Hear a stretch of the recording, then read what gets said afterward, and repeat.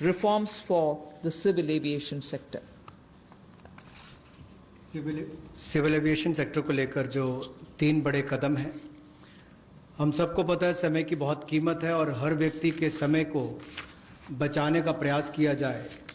इसके लिए हवाई क्षेत्र में यानी कि जो हवाई जहाज से उड़ते हैं उनके लिए अगर कुल मिलाकर देखा जाए तो मात्र 60% भारतीय हवाई क्षेत्र जो है वो नागरिक विमानों के लिए उपलब्ध है।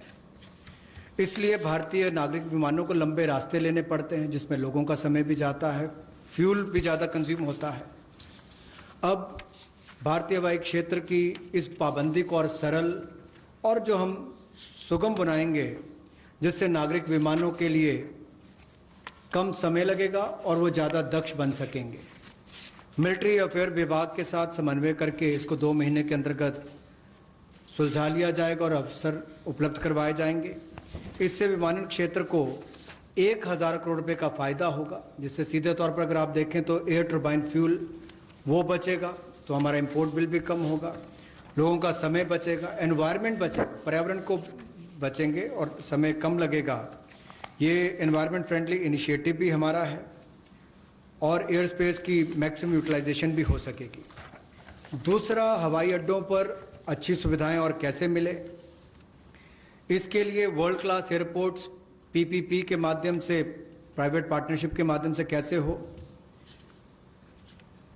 एयरपोर्ट अथॉरिटी ऑफ इंडिया ने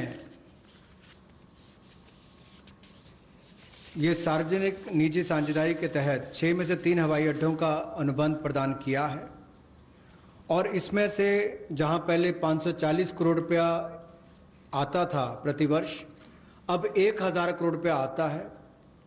और इसके अलावा एयरपोर्ट अथॉरिटी ऑफ इंडिया को डाउन पेमेंट भी लगभग 2300 करोड़ रुपए की मिलेगी। ये एनुअल रेवेन्यू जो 6 एयरपोर्ट्स का है और 6 और एयरपोर्ट्स को आइडेंटिफाई किया गया है दूसरे राउंड की बिडिंग के लिए। इसका बिड प्रोसेस भी जल्द शुरू कर दिया जाएगा।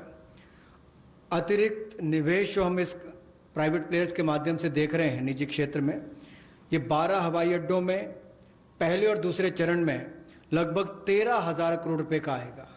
13,000 करोड़ रुपए का निवेश पहले और दूसरे चरण में 12 हवाई अड्डों में आएगा और 6 और एयरपोर्ट्स के लिए भी जल्द ही तीसरे राउंड में बिडिंग की प्रक्रिया, नीलामी की प्रक्रिया शुरू हो जाएगी।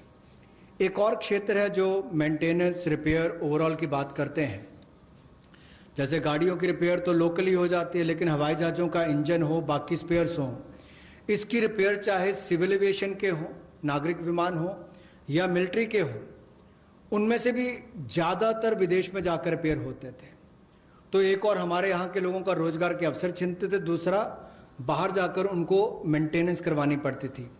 अब उसके लिए भी टैक्स रेजिम में बदलाव किए गए, उसमें एमआरओ का लिए इकोसिस्टम बनाया गया जिसको रैशनलाइज किया गया है।